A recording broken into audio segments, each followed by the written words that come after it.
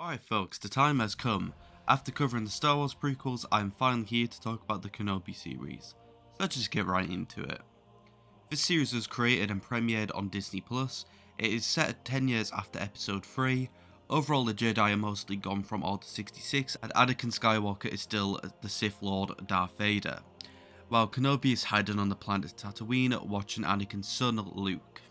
However, he is called out on a mission to save Anakin's other child Leia, after she is kidnapped by the Galactic Empire's Jedi hunting Inquisitors to draw Kenobi to them.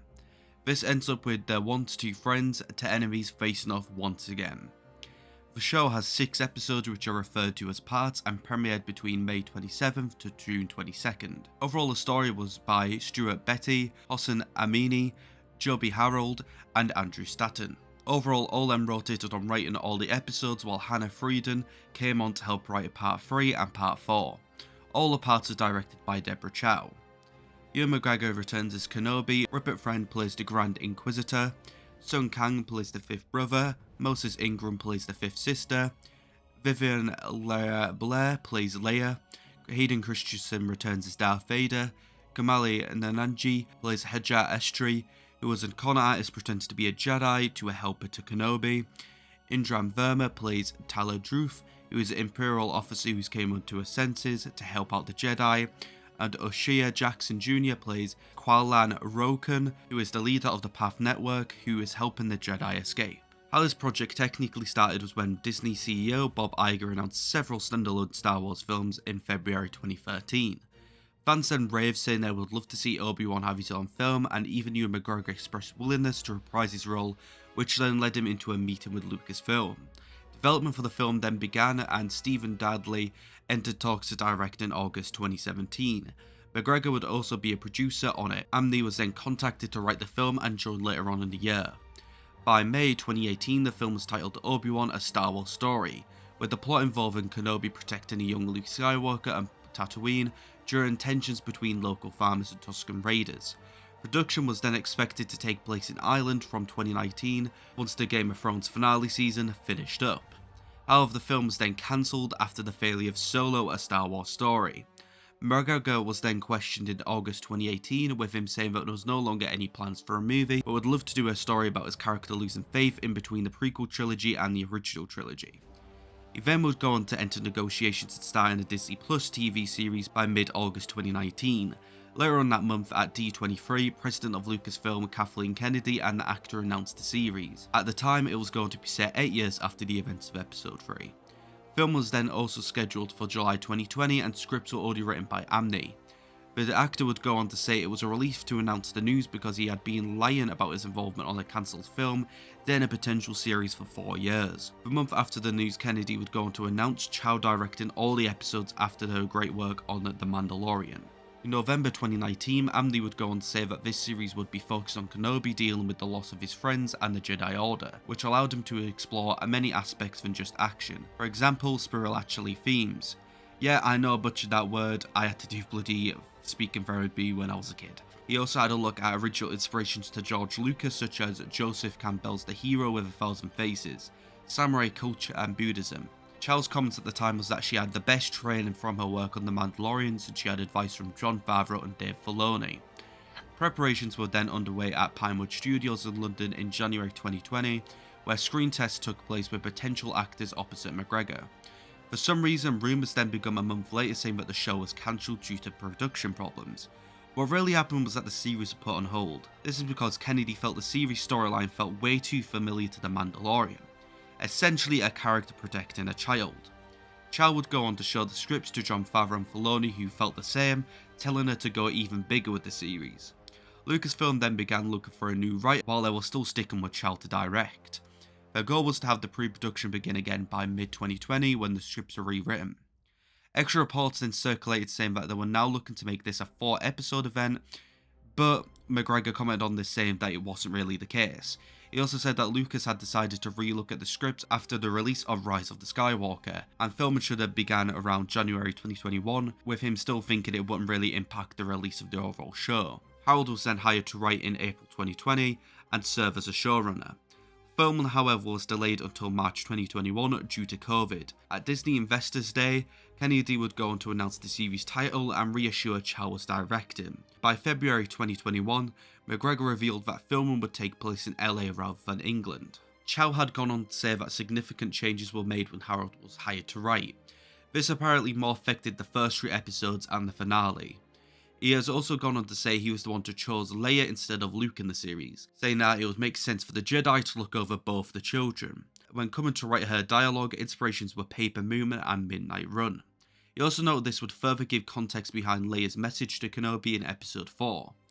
Both Kennedy and Chow made sure the writers did not make the series connect to The Mandalorian or any other TV show that they were making, with Chow stating that the strongest connection this series would have was the prequel films.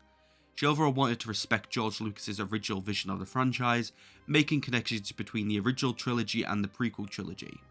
A big inspiration to the tone for her was the novel Star Wars Kenobi from 2013. She also compared the series to Logan and Joker since it was a character-driven story. Other inspirations were gritty, poetic westerns. Discussions about including Vader lasted a good while, but overall they agreed to using him since it made sense for the story. Again, to Chow, she wanted to further develop his character, what would it be in episode 4, and even then the relationship between him and Kenobi in that film also. It's also cited that Filoni was the one who originally suggested to Chow to include Vader and the Inquisitors. Original scripts included different villains including Darth Maul, but Chow said once they knew they were using Vader it would be too much to include both of them in the story. The story between Kenobi and Maul was already further developed in the TV show Star Wars Rebels. It was actually known by the time the production shut down all the way back in January 2020, Ray Park was already preparing to reprise his role as Maul, and even then they already casted their younger Luke Skywalker at the time. However, both actors left the series. Park left because his character was cut, and for Luke it was because the actor would grow up by the time they stopped the delay. Kennedy would finally announce in December 2020 that Christensen would reprise his role as Vader. Chow met the actor at his farm in Canada around late 2019 to give him an in-person pitch for the series. McGregor has gone on to say it's the most beautiful part of all of it to him. James Earl Jones also returns to do his voice work for the character as well. Pretty much all the cast was then confirmed by January 2021, and it was reported that Ingram would be playing an important role. Her, Friend and Kang's roles as the Inquisitors were then confirmed by the next year in March 2022. Both the Grand Inquisitor and the Fifth Brother previously appeared on Star Wars Rebels as well. Ian McDiarmid and Liam Neeson reprised their roles as Palpatine and Qui-Gon Jinn in the series finale. Doug Chiang and Todd Churasky, sorry if I pronounced that wrong, were the production designers, with Sotarat and Larab, again sorry if I pronounced that one wrong, as costume designer. Filming began on May 4th, 2021. Chung Hoon Chung served as cinematographer, and they also used the stagecraft video wall technology they used on The Mandalorian and the Book of Boba Fett. Chow chose Chung as the cinematographer because, well, she liked his visual style. McGregor did costume tests for the series on set of The Mandalorian also. He has gone on to say that he pretty much prefers using the video wall technology compared to green screen that they used on the prequels, with Chow even saying that they had experience from The Mandalorian, which really helped them know how to utilise the technology better. Filming overall wrapped on September 19th, 2021. Nicholas D. Toth, Kelly Dixon and Josh Hull edited the episodes. Natalie Holt was the composer of the series, surprisingly making her the first woman to score a live-action Star Wars project. Recording for the score reportedly took around several months. John Williams also recorded the main theme with an orchestra in LA. He has gone on to say that he was the one that approached Kennedy about composing the new theme, because Kenobi was the only major character he never wrote for a standalone theme for. This was also the second time he recorded the main theme, but not the whole score for a Star Wars project. The first was solo, and also this is the first weekly TV show he composed for since working on Amazing Stories from all the way back in 1985. Like previous Star Wars scores, Holt took influence from real-world cultural music to represent different planets, including Latin, Thailand and Hong Kong music. She overall completed her work by April of this year. The series' first 2 episodes premiered on its May 26th release. They were actually released 3 whole hours earlier. Content warnings were then added to the first, 5th and 6th episodes for using scenes that involved violence towards children during the Order 66 scenes. This was due to the unfortunate events of the Robb Elementary shooting from May 24th this year. Originally the series was meant to premiere on May 25th, since that was the 45th anniversary of the original 1977 film. Critically, Rotten Tomatoes gave the series a 83% from 290 reviews, and Metacritic gave it a 73 out of 100 based on 19 reviews.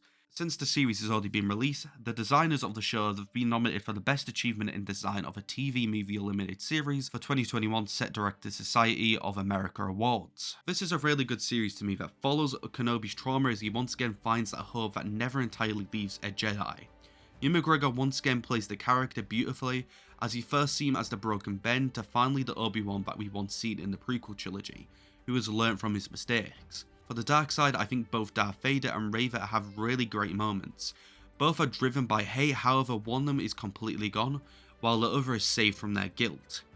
I can agree parts of the show can get really fanservicey, however it's not all in your face, and after all this is a sequel to the prequel trilogy. Then, finally, the fight scenes were very solid, especially in the last episode.